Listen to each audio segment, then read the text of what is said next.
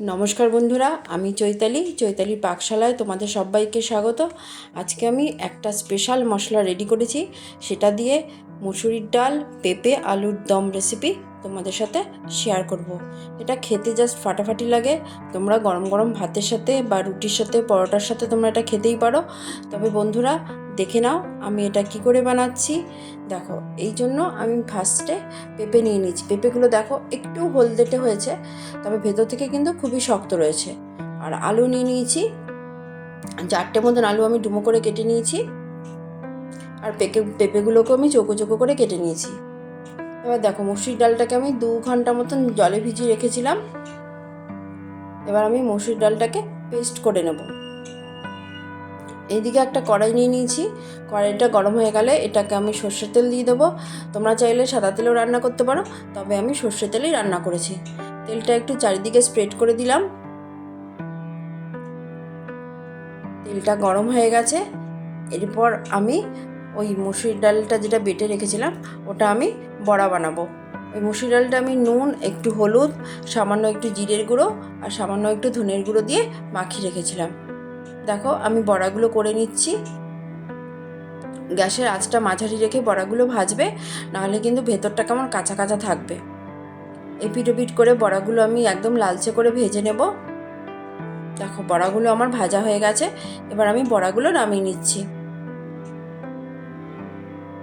তোমরা এটা বাড়িতে বানিয়ে খাবে, খেতে কিন্তু খুব ভালো লাগে। এবার আমি এর মধ্যে ওই তেলের মধ্যেই পেঁপেগুলো দিয়ে দিচ্ছি। পেঁপে আর আলু একসাথে দিয়ে দিচ্ছি, দিয়ে খুব ভালো করে নাড়িয়ে চাড়িয়ে ভেজে নেব। পেঁপেগুলো একটু হলদেটে হলে কি হবে, পেঁপেগুলো কিন্তু খুবই শক্ত রয়েছে। দেখো, পুরো কালারটা চেঞ্জ হওয়া পর্যন্ত ভাজবে।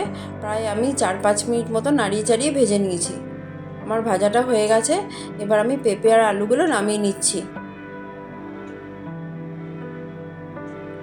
এবার আমি ওই তেলের মধ্যেই জিরে ফোড়ন দিয়ে দিলাম আর 2টো শুকনো লঙ্কা কেটে দিয়ে দিচ্ছি।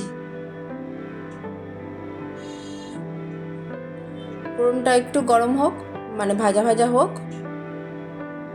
এবার আমি এখানে পেস্ট দিয়ে দিলাম, একটা টমেটো, 1/2 চামচ মতন আদার পেস্ট আর 8-9টা মতন কাঁচা লঙ্কার পেস্ট, সব একসাথে মিশিয়ে আমি এর মধ্যে দিয়ে দিয়েছি।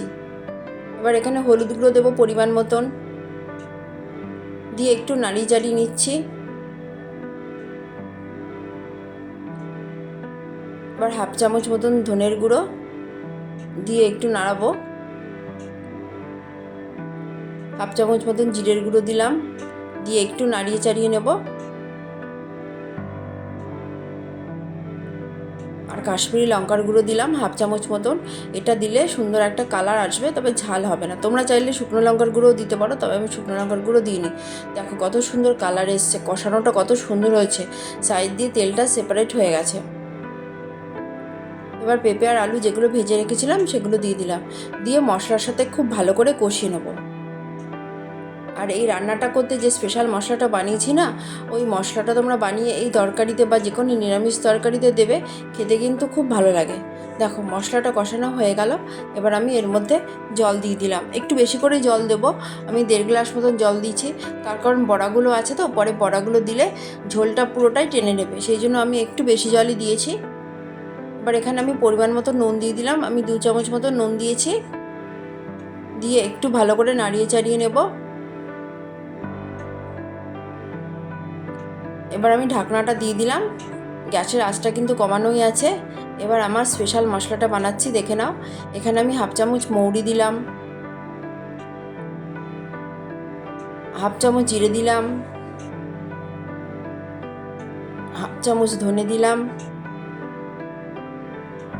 আর 4টে গোলমরিচ দিলাম, আর দারচিনি দিয়ে দিলাম। দিয়ে খুব ভালো করে আমি ড্রাই রোস্ট করব। দেখো, কালারটা চেঞ্জ হয়ে গেলে আমি এখানে কসুরি মেথি দিয়ে দেবো।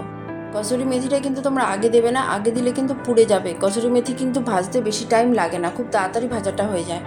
দেখো, খুব ভালো করে নাড়িয়ে চাড়িয়ে নিলাম।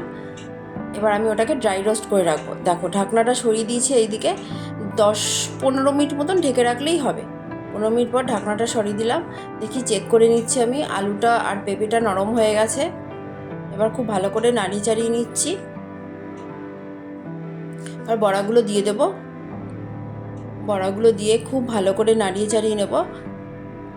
এই টাইমে গ্যাসের আঁচটা বাড়িয়ে দেবে, কারণ যেটা ঝোল ঝোল আছে বড়াগুলো কিন্তু সব ঝোলগুলোকে শুষে নেবে। এবার আমি যেই স্পেশাল মশলাটা বানিয়েছিলাম সেটার মধ্যে দিয়ে দিলাম। এই মশলাটা দিলে খেতে কিন্তু জাস্ট ফাটাফাটি লাগে।